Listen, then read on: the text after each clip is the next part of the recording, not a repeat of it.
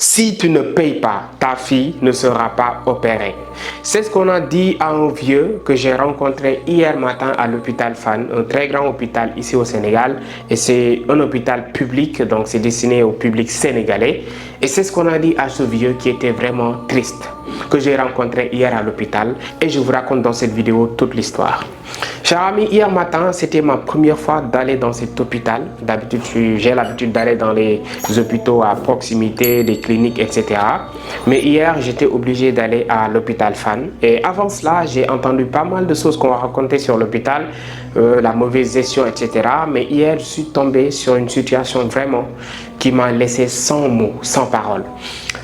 En venant au niveau de l'accueil pour payer en fait le billet de consultation, je suis venu à peine, le vieux il est entré, voilà, un peu pressé, et il parlait à la dame qui est au niveau de la caisse.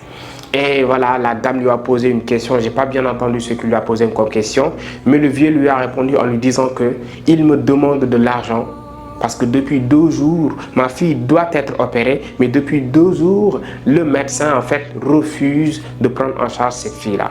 Le médecin refuse de l'opérer sous prétexte qu'il doit amener soit de l'argent ou bien une garantie, quelque chose quand même qui prouvera que peut-être le vieux aura de quoi payer l'opération. Ceci dit, si le vieux ne parvient pas à trouver cette somme qui est égale à 250 000 francs CFA, ce qu'on lui demande, si le vieux ne parvient pas à trouver la somme, sa fille ne se fera pas soigner, elle ne se fera pas opérer et elle risque de mourir comme tant de gens qui ont perdu la vie à cause de 100 000, 200 000, 300 000, 20 000 ou 50 000. Et ça, c'est dans plusieurs pays ici en Afrique. Et c'est un fait, un problème que beaucoup de gens vivent et qui n'est pas du tout normal. Parce que ce vieux, je le voyais à peine. Je ne pouvais pas pleurer parce que je ne pleure pas très rapidement. Mais j'avais le cœur meurtri. Quand je regardais le vieux, tu vois dans ses yeux, voilà, là, il n'a plus d'espoir. Tu vois dans ses yeux que le vieux, voilà, il dit même à la dame que, oui, je vais essayer de voir au niveau de la famille, voilà, de demander aux gens si je parviens à récolter la somme. Est-ce que vous vous imaginez? Donc lui, il n'a pas cette somme déjà, lui, il le sait. Mais il est prêt à aller au niveau de la famille, c'est-à-dire de demander les tontons, les tatas, tout le monde, pour récolter la somme qu'il faut. Et si par exemple c'est quelqu'un qui n'a pas l'habitude de demander ou bien de quémander, imaginez-vous. Parfois vous voyez des papas, des mamans qui quémandent dans les rues, vous vous dites que non, ils ont l'habitude, la majeure partie parfois, c'est parce qu'ils ont des problèmes qu'ils ne peuvent régler avec eux-mêmes, avec ce qu'ils ont par exemple. Et ils sont obligés de se tourner vers les autres, de quémander.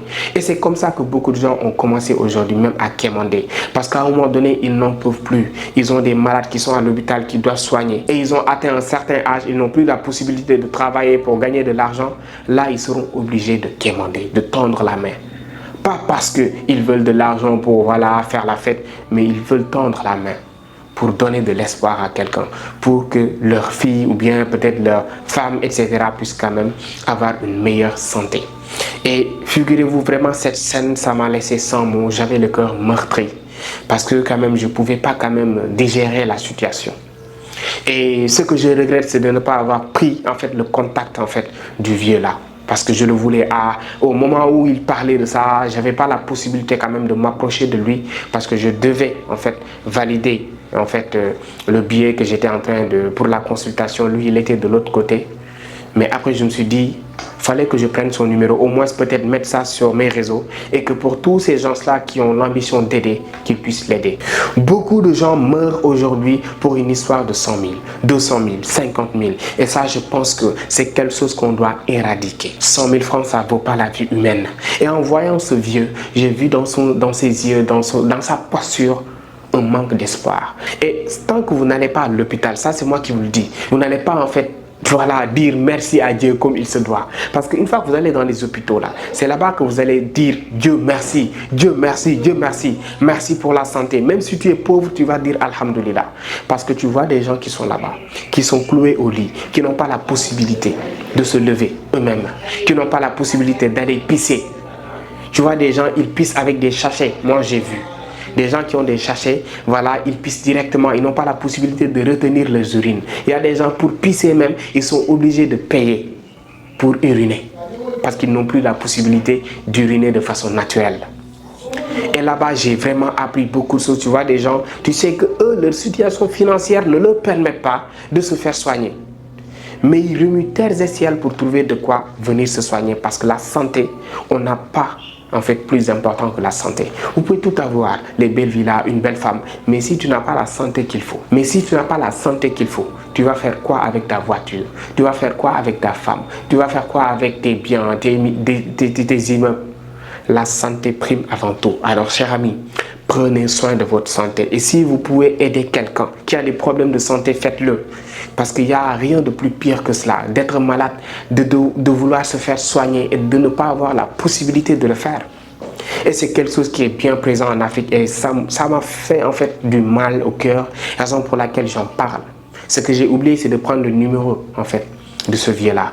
Au moins peut-être de le mettre sur mes plateformes. Et pour tous ces gens-là qui aimeraient peut-être l'aider, de pouvoir l'aider. C'est ce que j'ai oublié.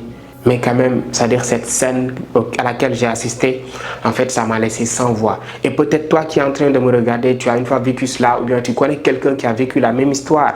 Parce que moi, je connais des gens qui ont perdu la vie ainsi, juste à cause d'une opération qu'ils devraient faire. Leur demander des millions pour quelqu'un qui n'a même pas où habiter, qui paye la location, peut-être 50 000, 60 000 par mois. Tu lui demandes 3 millions pour une opération, 4 millions, 5 millions. Il y en a qu'on demande 100 millions. Où est-ce qu'ils vont trouver la possibilité de le faire? Et la santé passe avant tout. Vous allez en Europe par exemple. En Europe, c'est-à-dire là tu as une assurance. Quand tu es malade, on te soigne. Après, on règle les paperasses. On doit mettre ce système de santé ici en Afrique, dans les pays en Afrique, pour qu'on puisse quand même se soigner. Après, quand même, là, on pourra soit payer par l'assurance ou bien que, voilà, c'est-à-dire qu'on mette en place des conditions, un système qui permet de faire en sorte que quand le malade, il est là et qu'il doit se faire opérer urgemment, qu'on puisse l'opérer urgemment, régler son problème et après on va régler le problème de l'argent. Mais tant qu'on continue comme ça, c'est-à-dire ça va aller de mal en pis. Il faudra que l'État, et aujourd'hui on a un nouveau gouvernement, le gouvernement Diomaye et Sonko, et on a de l'espoir que le système sanitaire va changer. Et je l'espère également dans votre pays si c'est le cas. Parce qu'ici, il y a pas mal de cas comme ça. Pas mal de gens ont perdu la vie juste parce que voilà, ils n'ont pas eu la possibilité de payer ce qu'on leur demandait. Alors si toi, tu veux soutenir cette cause, je te demande de liker la vidéo. Likez-le pour que les autorités, tout le monde puisse tomber sur cette vidéo. S'il vous plaît, likez la vidéo à fond. Abonnez-vous et partagez la vidéo autant que vous pouvez pour que les autorités puissent être alertées, pour qu'ils puissent quand même savoir que c'est quelque chose qui doit en fait être éradiqué. Que ce soit au Sénégal, en Côte d'Ivoire, Cameroun, je ne sais pas si c'est le même cas dans vos pays. Mais je vois que dans pas mal de pays d'Afrique aujourd'hui, c'est un problème qui persiste. Et on se doit en fait de le combattre, de parler, d'alerter. Et je pense comme ça, peut-être les autorités pourront quand même s'autosaisir et vraiment régler la situation qui est alarmante. Chers amis, le seul conseil que je vous donne, de temps à autre, allez-y dans les hôpitaux. Même si vous n'êtes pas malade, allez-y faire un tour, allez-y faire une visite. Ou bien si vous avez un malade, essayez de l'accompagner, histoire d'entrer dans certains blocs et de voir la situation de certains. Vous allez dire merci à Allah, vous allez dire merci, vous allez dire Alhamdulillah. D'avoir en fait la possibilité de manger, vous voyez, d'avoir en fait la possibilité de bouger. Ça quand même, c'est une bénédiction. Alors si tu as ça, dis-toi que tu n'as pas de limite. Quand tu as la santé, tu n'es pas fou, tu as la santé, tu sais courir, marcher. Tu ne dois pas en fait en vouloir à Dieu de ta situation, peut-être financière ou bien sociale, je ne sais pas. Tout ce que tu dois avoir, c'est à toi de le faire. Si tu as la santé, c'est la chose la plus vitale. Alors chers amis, prenez soin de vous, prenez soin de votre santé et partagez la vidéo au maximum, likez la vidéo au maximum pour que les autorités puissent quand même amener des solutions face à ce problème. Merci beaucoup et à très bientôt.